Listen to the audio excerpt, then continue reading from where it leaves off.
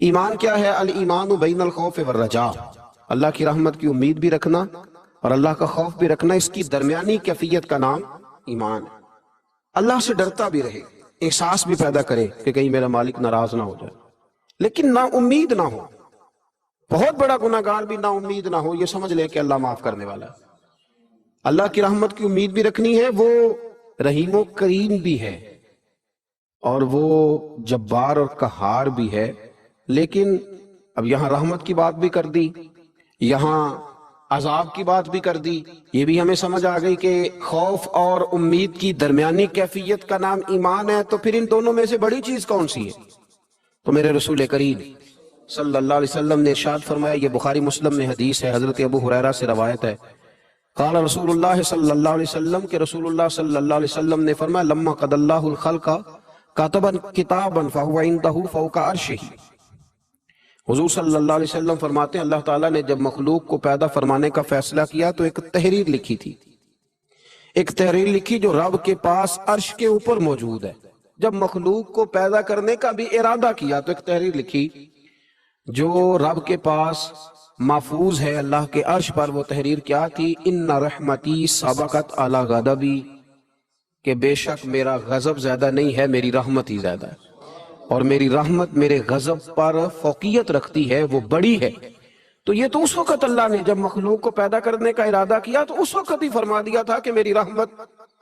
میرے غضب پر غالب ہے۔ تو اللہ سے ڈرنا بھی ہے، اللہ کی رحمت کی امید بھی رکھنی ہے، لیکن ذہن کے اندر یہ بات ڈال لیں کہ اللہ کا غضب زیادہ نہیں، اللہ کی رحمت ہی زیادہ ہے، وہ فضل ہی زیادہ فرماتا ہے، فضل کرنے کو پسند کرتا ہے۔ حضرت شیخ الحدیث مولانا مراج الاسلام صاحب نے ایک جگہ لکھا ہے کہ کسی نے مجھ سے پوچھا ہے کہ قبر میں صرف یہ پوچھا جائے گا من ربو کا ما دینو کا،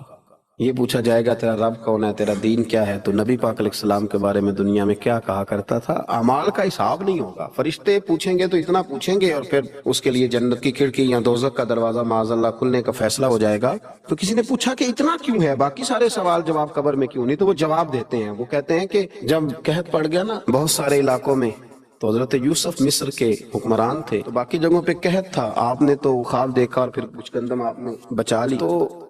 حضرت یوسف علیہ السلام کے پاس بہت سارے لوگ گندم لینے کے لیے پہنچنے لگے، تو آپ نے رستے میں کچھ چوکیاں بنا دی تھی، پولیس والے کھڑے کر دیے تھے سمجھ لیجئے، تو ان سے کہا تھا کہ جو آدمی گندم لینے کے لیے آیا اس سے پہلے اس کا نام پتہ پوچھو، بلدیت پوچھو، اور یہ پوچھو کیا لایا ہے، وہ کس چیز کے عوض گندم لینے آیا ہے، پیسے لایا ہے، کوئی اور چیز لایا ہے، یہ پوچھو۔ چوکیاں مقرر کر دی، انتظار تو تھا نا کہ میرے بھائی آئیں، وہ آئیں گے، حضرت یعقوب کے بیٹے آئیں گے،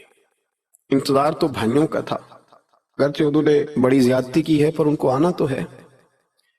تو فرمانے لگے کہ سارے لوگ آئیں تو ان سے پوچھنا کہ وہ کہاں سے آئے ہیں، وہ کون ہیں اور کیا لائے ہیں، یہ بھی پوچھنا، لیکن فرمایا جب کنعان کے لوگ آئے نا تو بس اتنا پوچھ لینا وہ کون ہے، یہ نہ پوچھنا کیا لے کے آئے۔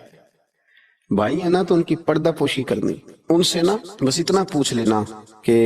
وہ کون ہے، وہ اگر بتائیں کہ ہم کنعان سے آئے ہیں تو بس اتنا ہی کافی ہے، ان سے پھر اگلا سوال نہ کرنا۔